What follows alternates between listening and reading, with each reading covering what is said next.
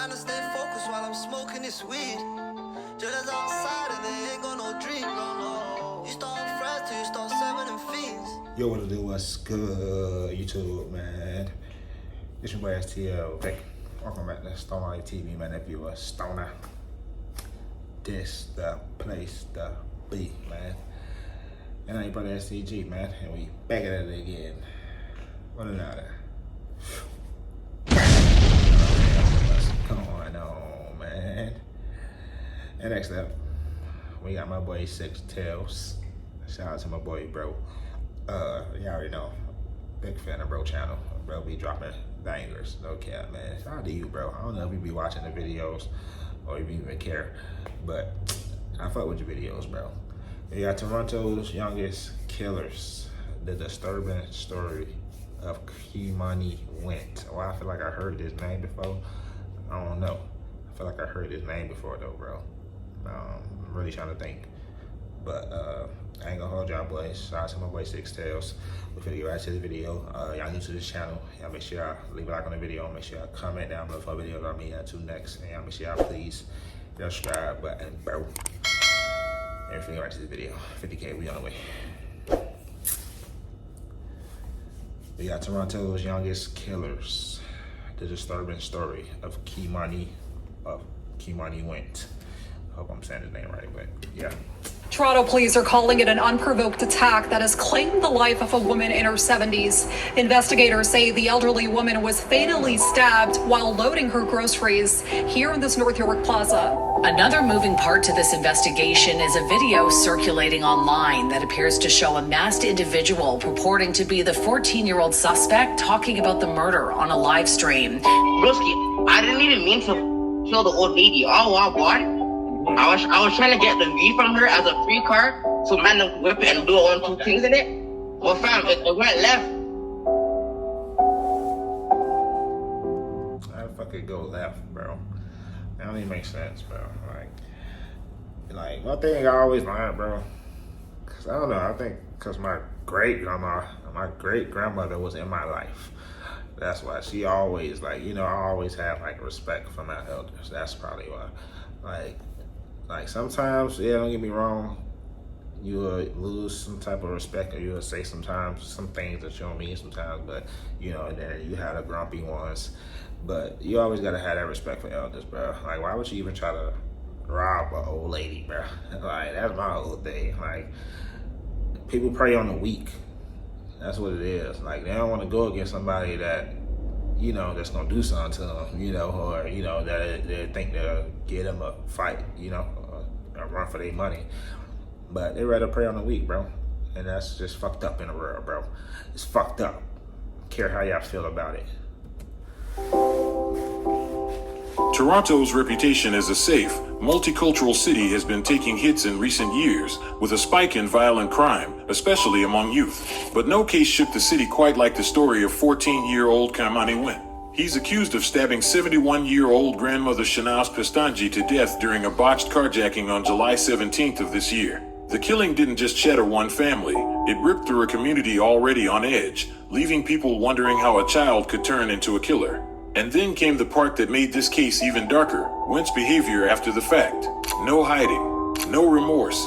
Instead, he flaunted the attention, hopping on interviews, bragging, and almost daring the feds to come get him. I poked her, I caught, and fam, I wasn't even scared. Online, the reaction was explosive. Some comments were in shock. 14 years old, dude is a lost cause, one Redditor wrote. Others took pity on him. It's sad because he's still a little kid, another person wrote. But for me, this story hit way closer to home. A little over a year before the murder, out of nowhere, I got an email from the teen killer himself. He wanted me to make a documentary about him, even providing me with his personal phone number before. What? That's crazy. Hello, my name is Kymani Wint. My rapper name is Kymani. I'm in Toronto, Ontario.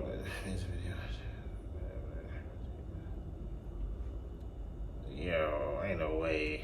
I could respond. August 8, 2024, 8:38 a.m. Wanted me to make a documentary about him, even providing me with his personal phone number before I could respond, indicating just how desperate he was. At the time, I brushed it off, figured it was just another clout-chasing teenager looking for some screen time. I couldn't have known then that this random message was the first chapter in a tragedy that would soon rock the entire city. Kymani Wint that was before. Obviously, that was before because he said the killing was this year. But that was before. Damn. I wonder if he would have, responded, would have been different. That's crazy. That's crazy. Didn't start in the headlines. It started at home, and it wasn't pretty. People say he grew up in an abusive environment, and in one of the coldest cuts imaginable, his own mom allegedly called him ugly. That kind of thing leaves scars. When home stopped feeling like home,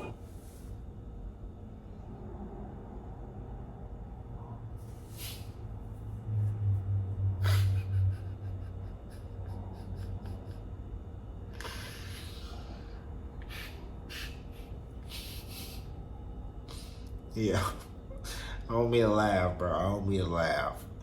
But, bro, nigga, like, I don't know, bro. I think my mama play like that sometimes. Like, huh? Because your mama call him ugly? What?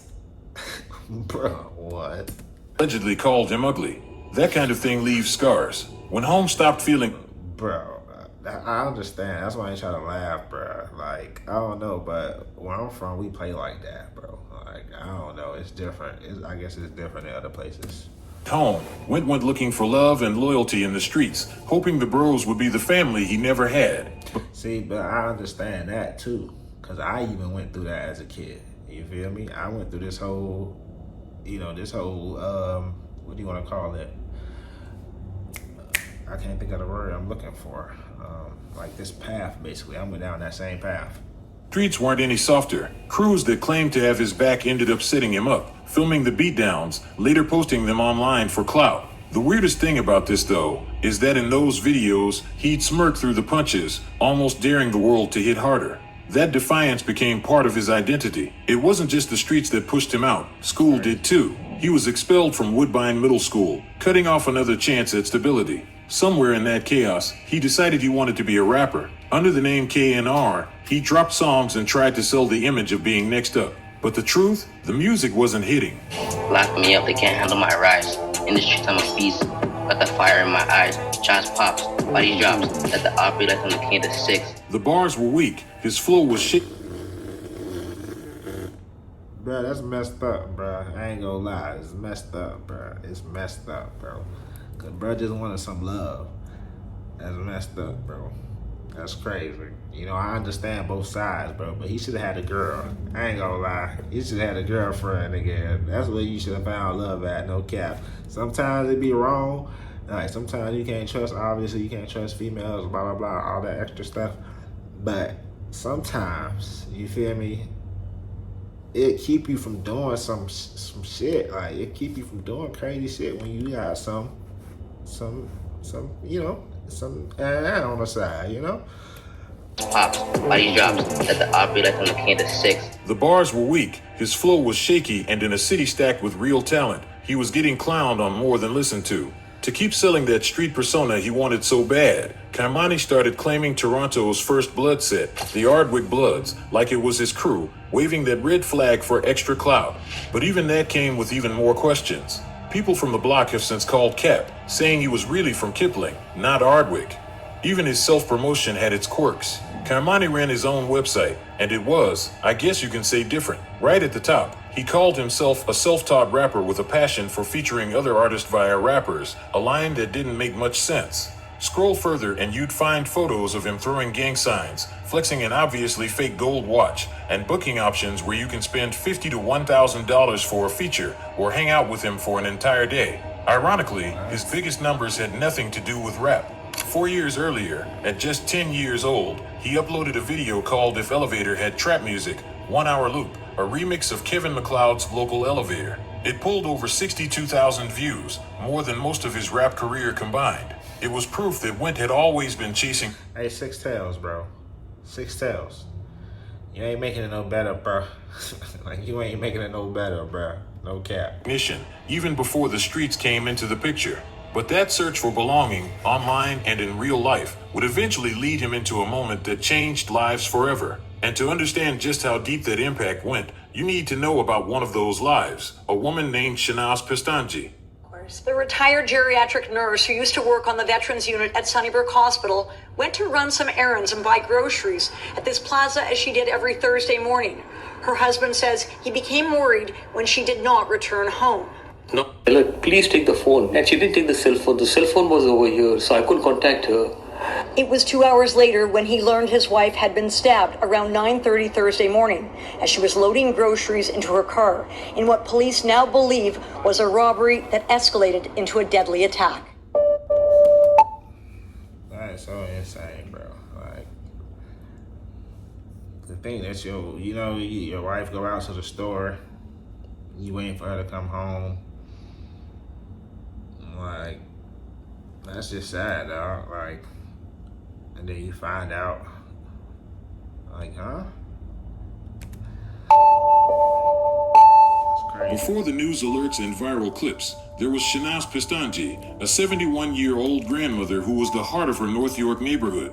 She wasn't just a mom of 3 and a grandma of 2. She was the type of person who'd check on her neighbors, drop food off at shelters, and still crack jokes no matter how rough life got. Family was everything to her. She lived for those weekends with her grandkids, especially her 2-year-old granddaughter, and was the rock her daughters, Dina and Yasmin, leaned on through every high and low. Dina says her mom always found joy in everything, even in the hardest times. She made sure everyone was okay before herself. Shanaz had also dedicated decades of her life to caring for others.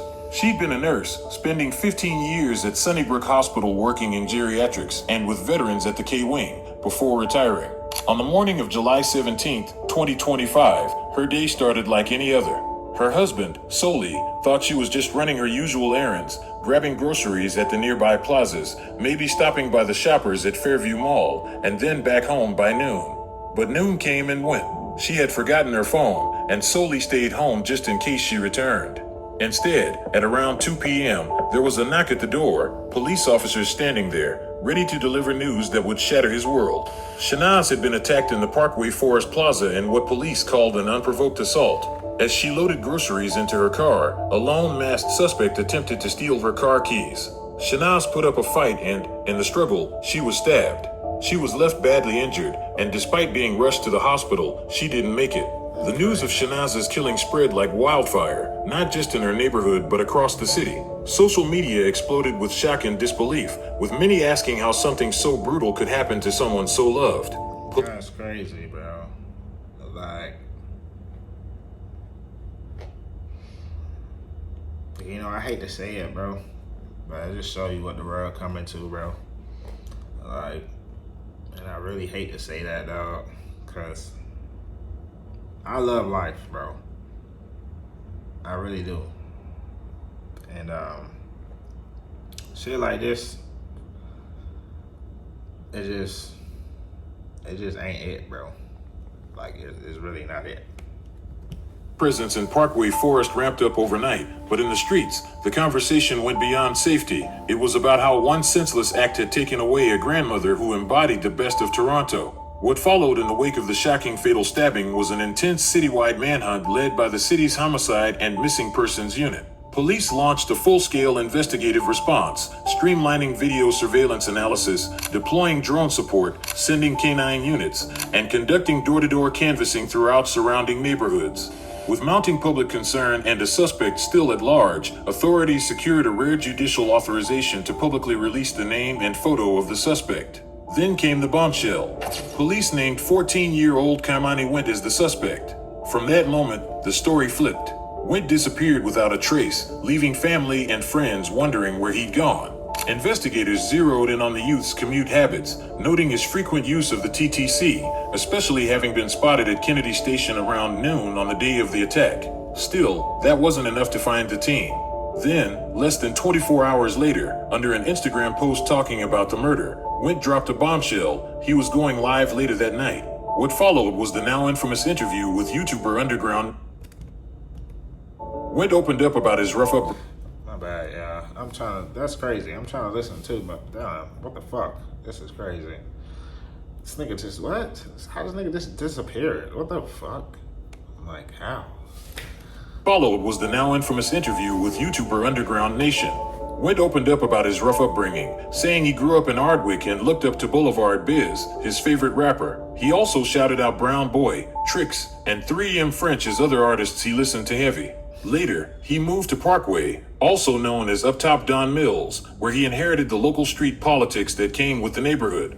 Wint revealed he got kicked out of his home at just 13, though it's more likely he ran away, and during that period he was reported missing on 6 different occasions. Bro, I ain't gonna cap. Nigga, I got kicked out of my crib when I was 13, nigga. And that should be, I should have said that for story time. I literally got kicked out of my crib when I was 13. And you know why? This why I got kicked out. At 13, I was smoking. You feel me? But I ain't want to go kill nobody or rob nobody or do nothing crazy like that. You feel me? I just wanted to smoke. That's it. But it's crazy how I got kicked out. You feel me? My mama let her husband kick me out.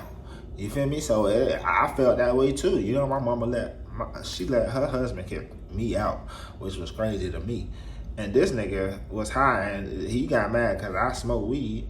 Then kind of find out this nigga on the hard, bro. This nigga on the candy. You feel me? But that's just how I go, bro. I'm just saying, like, I ain't want to go take nothing out on nobody. I just wanted to smoke. You feel me? First thing I'm gonna ask you, man, is how you feeling right now, fam? How's it going? Broski, man's are OTR right now, fam. Yo, I don't even know what's going on, because, yo, all gone. I'm not even scared like that. Man's been on the run bare times, you see what I'm saying? It's like, it's like, yo, it's an idiot thing, you see what I'm saying? How do you feel about the people telling you, like, to turn yourself in? Broski, fam, at the end of the day, they're just mad that they're not making their change and outside like me, you see what I'm saying? Broski, I'm out here making my bands. I'm gonna send you some pictures of me with my rollie, my chain and shit, Broski. They don't have what I have. Get that in your head. Which ends are you repping, you know what I'm saying? Because I honestly didn't get to know much about this. I was just, checking out the surface stuff. I'm gone. I've been in, I live in the Olive my whole life, but I rep the Boulevard, you see what I'm saying? But I live in Don Mills for 5 years, so I'm gonna go 10 down, you see what I'm saying? Send me those snippet. Someone here in the chat says that he did not have any, like, your parents weren't supporting you like that. No, they weren't, Broski. How do you feel about that? And how does that? I told you. All I'm gonna say is when you have kids, make sure you have a proper roof over your head, money in your hand, and food in your fridge. That's all I have to say, broski. So that your kids don't have to go outside and go make change and turn into what I am right now. You see what I'm saying? So you feel like you're just a product of your environment. I guess, but like, it's not only that. There's other shit that gone. You get what I'm saying? The other shit. Other factors and shit. Yeah. Bro, what the fuck, bro? I ain't gonna lie, but these just ain't, bro. Y'all boys, I don't know how old y'all boys is or whatever, bro, but y'all just not made. Y'all just not cut from no type of hard cloth, bro, at all, bro. Like, this nigga, what, 14? 14? Bro, y'all 2000 babies, boy. Anybody born in 2000? Anybody born, nigga, I was born in 96. But still, nigga, anybody born in 96 after I was born and up? Like, y'all niggas crazy, bro. I ain't gonna care, bro. That nigga, that's part of being a man, bro. Like I'm confused on what the fuck. What is these niggas talking? Like, what is y'all? Like, what is going on, bro? Like, that's a part of being a man, bro. You're supposed to step up. Like, nigga, if it ain't food in the house, you go out and get it, nigga. You go out and get it so your mom don't have to starve, nigga. No matter how you gotta get it, so moms don't have to starve, nigga. You the man. That's what you do. Like, what? I'm confused on how you just raised, bro. Like, but then again, that come from dads not being around, dads not showing these just, the right way, how to do things, how to be a man, what they supposed to do. All that shit going out the window because all the dads done went to jail or, Lord forgive me, but passed away. It's just crazy, bro. Like, I don't know what's going on. Like I really don't know, bro. Real spill, real spill. I'm not even scared like that. Man's been on the run bare times. You see what I'm saying? It's like it's like he was an idiot thing. You see what I'm saying? As the interview went on, he bragged about being out on bail for stealing cars, and in a moment that stunned viewers, he openly confessed to the murder of Shanaz Pistanji. It's not nothing new for you. And like you said, you just got out for something. What happened? Broski, I just got out the free car. I mean, I got out the bin for beer free cars. Man, them got a fucking Benz. Yo, beer free cars. The idiot thing, yo. I got it a week ago, 2 weeks ago. I didn't even mean to kill the old lady. All I want, I was trying to get the V from her as a free car, so man can whip it and do one or two things in it. But fam, it went left. Cause she didn't give me the keys, so I yoked her. And then I yoked her and I got the keys. Idiot thing. And then the feds came out. I had to caught as soon as they came out. So like, it's an idiot thing. So the feds were already on the scene? No. All I wanted, somebody came outside, yelled, and then they caught the fed. Yo, fam, all I want, I poked her, I caught, and fam, I wasn't even scared. Yo, don't hang. He tripping. What the fuck? Like, would you change what happened, or do you regret all that one situation that happened with the lady? Fam, all I want, look. yo, I ain't gonna lie, his man's, bro. His man's supposed to took his phone, bro. I ain't gonna lie, he playing. Yeah, cause fam, that was an idiot thing. I can't lie. After I think about it, she didn't deserve it. So. Yeah, I feel like nobody deserves this. You know what I'm saying? Crazy. Yeah, so lucky, fam, I wouldn't have done that. So I'm not gonna lie. Was it an accident? Like what? He was like, sure. I already told her it was an accident. Still, I didn't even mean to kill her. Like, even a man that he with is a goofy, bro. All these years goof. The interview went viral and even made news headlines, but instead of laying low, Wint stepped into the spotlight. During his time on the run, videos started leaking randomly, clips showing him riding the TTC while smoking, flashing guns, and driving recklessly through the streets of Toronto. He even created a new TikTok account where he provided the world with a glimpse of what his life was like while on the run.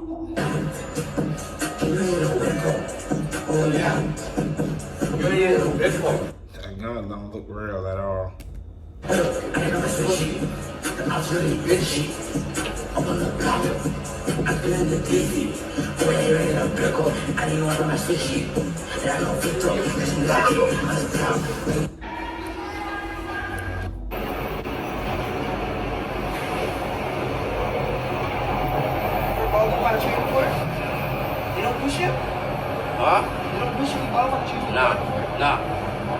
Yo, I ain't gonna lie, his ass. I would call the police on his ass right there if I was on that train. It's the guy smoking on the train. I don't know what he's doing. Have you bought my chip for? What? Have you bought my chip for? Yeah. Nigga ain't even smoking. Big Jag, you know, man. Smoking DQ, SK. Smoking all the death, man. Still haven't even. Nah, I still haven't even asked my mom yet. So fuck it. You gonna just walk into her house now. The nigga ain't even smoking, bro. He ain't inhaling at all. What the fuck? What? Bro, you ain't. Bro, that man ain't inhaled not once, bro. He just blowing the smoke out, bro. I'm a smoker. Y'all know I know. Nah, I still haven't even asked my mom yet. Look, he just blowing it out. It's too much smoke. You gonna just walk into her house. Now, y'all know I'm a smoker now. Now look at this. Look at the difference now. Look at this. Look. Look, that's me not inhaling at all. The smoke is still like white. It's kind of like, fluffy still. Oh, check me out. Inhale. You could barely see that smoke. You know when you inhaling, bro.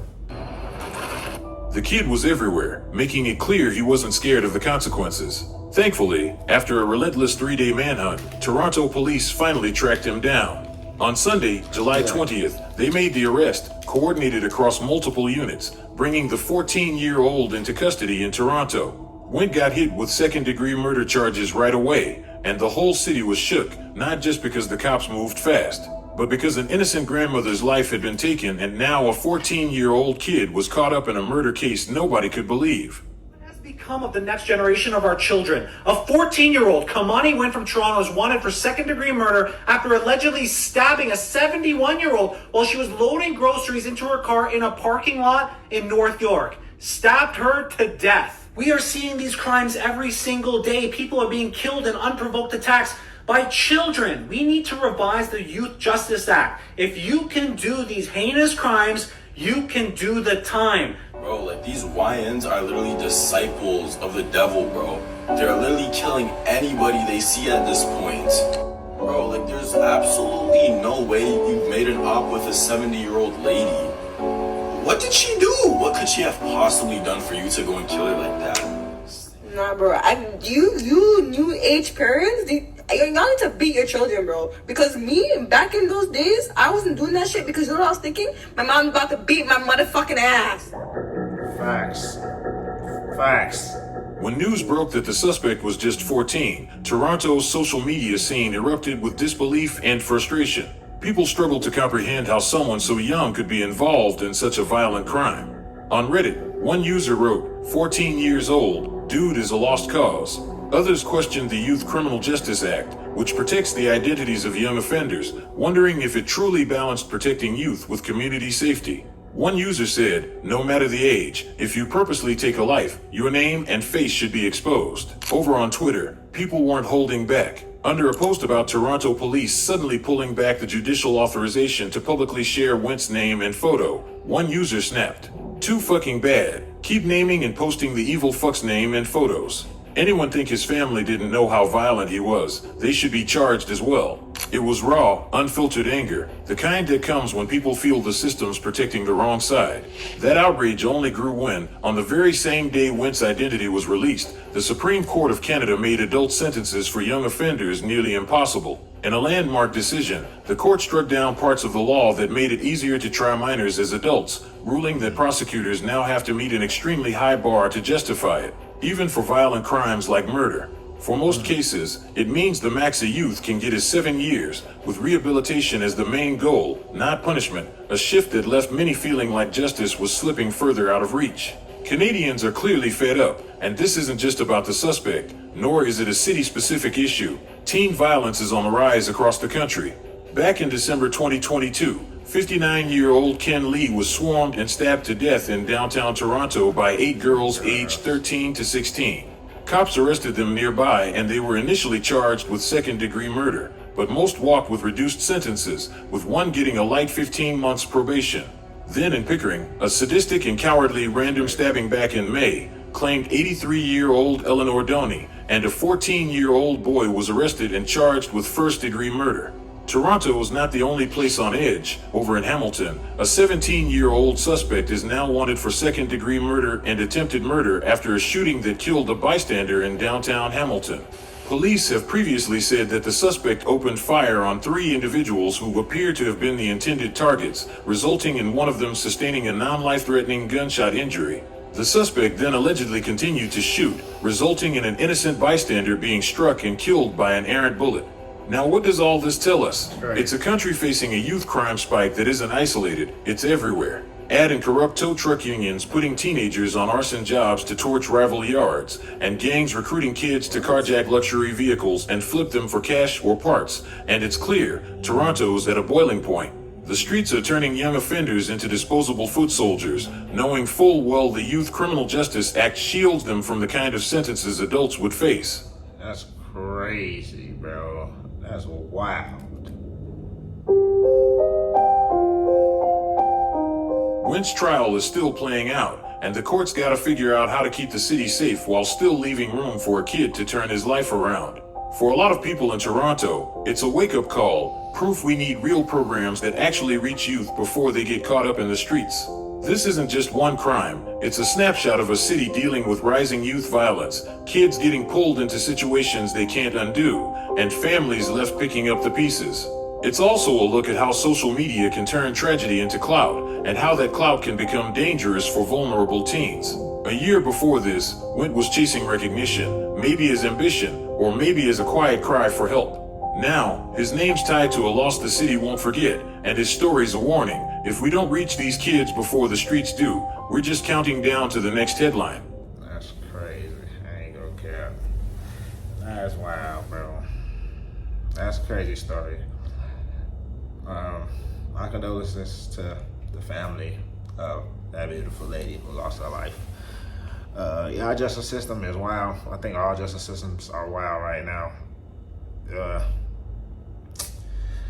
It's so like 50-50, bro. Because you want to reach the kids. You want to do that. And it's hard to reach these shits nowadays, bro. It's so hard. They need to bring back scare straight or some shit. I don't even know. Like, it's just hard, bro. But shout out to my boy Six Tails. That's it for the video. Y'all boys make sure to like on the video. Make sure y'all comment down below for a video that me out to next time. Make sure y'all please hit the subscribe button, bro. And we out, man. Stone Light TV.